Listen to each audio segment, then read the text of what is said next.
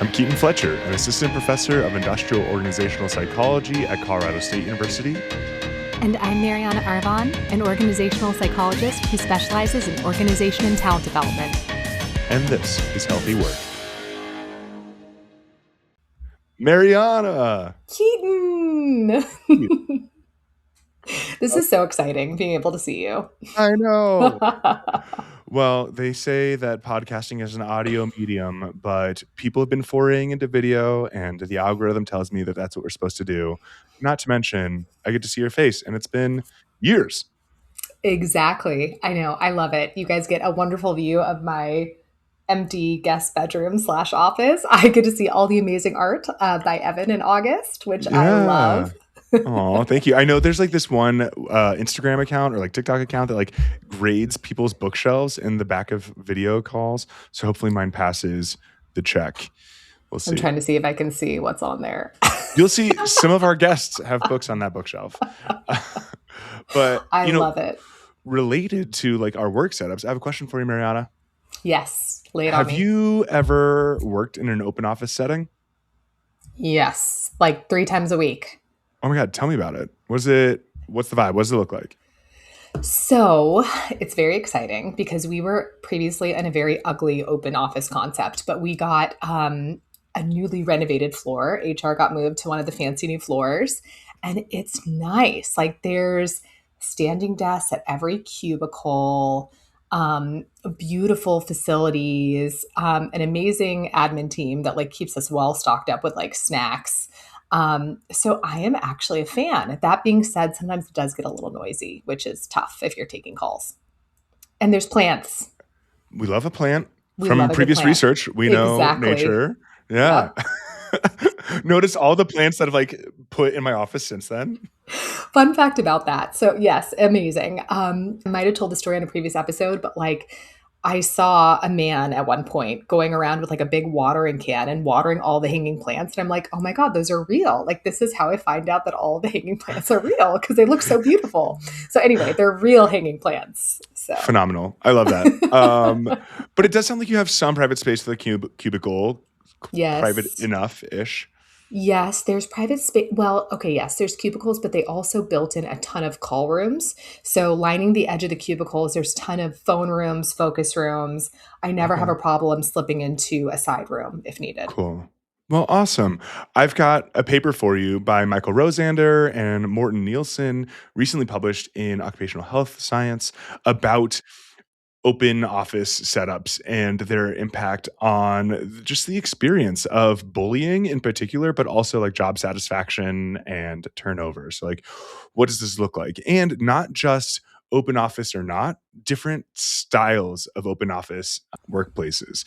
So they have a really cool data set from the Swedish workforce. It was like a probability sampling of like thousands of people from Sweden, making sure that they have like this representative sample of their actual workforce. And they did limit it then to just the people who worked in an office in the final sample. So like if you worked on like a machine line, for example, you're not included. But they had this question about if you work in an open office and specifically, do you have a private office? Do you have a small enclosed room that you share with colleagues? Is it an open office shared with other colleagues? Or do you have like an activity-based open office where you move between different workstations based on the task? And it sounds like you kind of fall into that like second to third category of having a small enclosed room, but maybe an open, like pure open office. But it didn't really sound too much like the activity-based one. Of like you have different like a sewing station and a drawing station.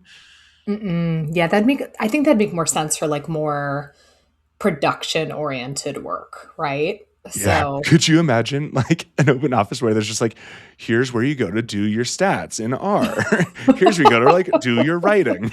Here's where you go to make a PowerPoint. Like it does look a little weird.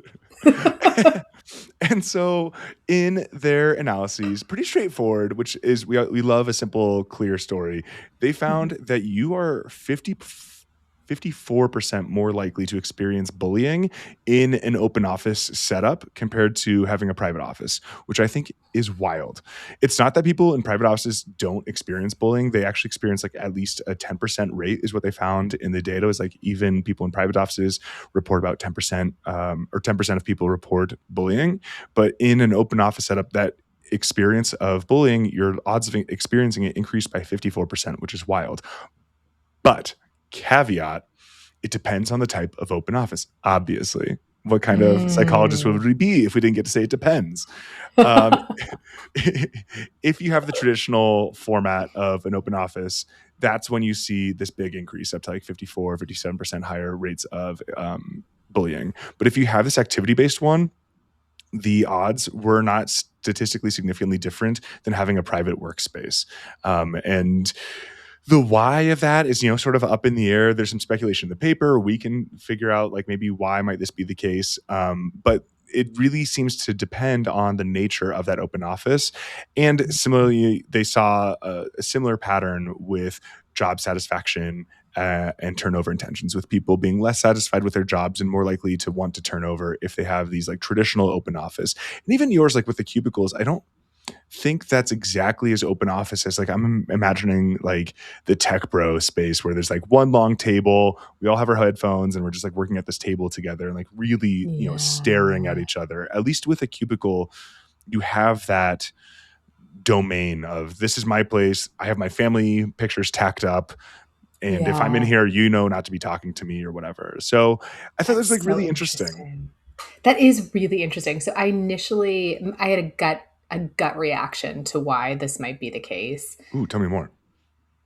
I mean, I'm tell me what you think about this, but like when you cannot escape, when you don't have that physical separation, you cannot escape all of the dynamics, the political dynamics, the social interactions, jockeying for power, jockeying for position, who gets to be friends with who, who's buddy buddy with who, is that person sitting across from you like someone who you're frustrated by for whatever reason, or you're fighting with resources over? Like that's the type of stuff that I'm thinking about.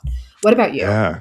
So that's what the paper says. It's like Okay. when you're in this open office space, like you are confronted frequently with people who maybe you don't get along with. You have these negative interpersonal interactions. Those power dynamics are like very visible and inescapable. So like one of the practical recommendations is like giving people space to retreat and have some privacy throughout the day. So like they could avoid these negative experiences.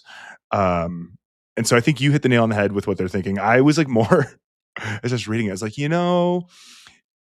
this is jaded, but like a company that has like this really traditional open office space, not like cubicles, but like we're sitting at a table, is a company that doesn't listen to the data. We have a lot of data now that says that open offices are bad for productivity, they're bad for worker well-being. There's no reason to do it, and they are clearly either just actively rejecting data or uninterested or doing it to save money, right? I think there's like this jaded part of like, well, if we give you this open office, we don't have to pay for like individual offices. And at this point, like it's inexcusable to I think have that. And so what kind of companies would still be doing it in that way? Ones that maybe either actively reject data or worker well-being, they don't care. Ones that value profit over productivity and worker well-being, they don't care. Or ones that have like the culture that's like surface level, we're a family, but like right underneath, we want you jockeying for this. Like we actually see this as value add. And so, I mean, the paper didn't talk about this, but like my jaded heart was like, the companies that are doing this are just bad companies. Yeah. Well, But I think, this makes me think like I should have asked you up front what you meant by an open office. Cause like imagining everyone literally sitting at a table, that sounds like pure hell. That right? truly does. That sounds horrific. Like Yeah. there's no way you can get comfortable. There's no way that you can have a standing desk or right like make your own space, eat, drop food on your lap in the privacy of your own like quarters. Like, you know what I mean? Yeah. Yeah, no, I think, in the literature, cubicle setups don't count as open office, that, like, you Yeah. have your own private setting unless you're hot desking, in which case, like, you share a cubicle with someone else and just, like, Yeah. swap off days, and then there's some threats there.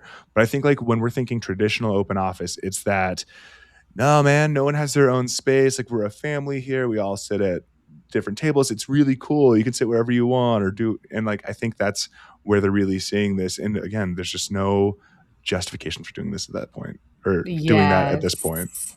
Yeah. I that makes complete sense to me. And I'm like, who is doing a plan like that? I think you're right that that's probably a cost saving measure or an attempt to be like super alternative and progressive. But like, I like my standing desk. I like my nice ergonomic chair. Like, I like my little thing of privacy. So if I get a call from my daughter's daycare, or if I, get a doctor calling me, that I'm able to take that, right? Like, we do have, a need for connectedness, but also a need to like, I don't know, just exist with a little privacy and like also focus. Yeah. So anyway, yes, no to open office plans. I dislike that. Yeah. And that was a study. It's pretty straightforward and nice, Yeah. simple, practical takeaways. And another, I think, feather in the cap of the anti-open office movement.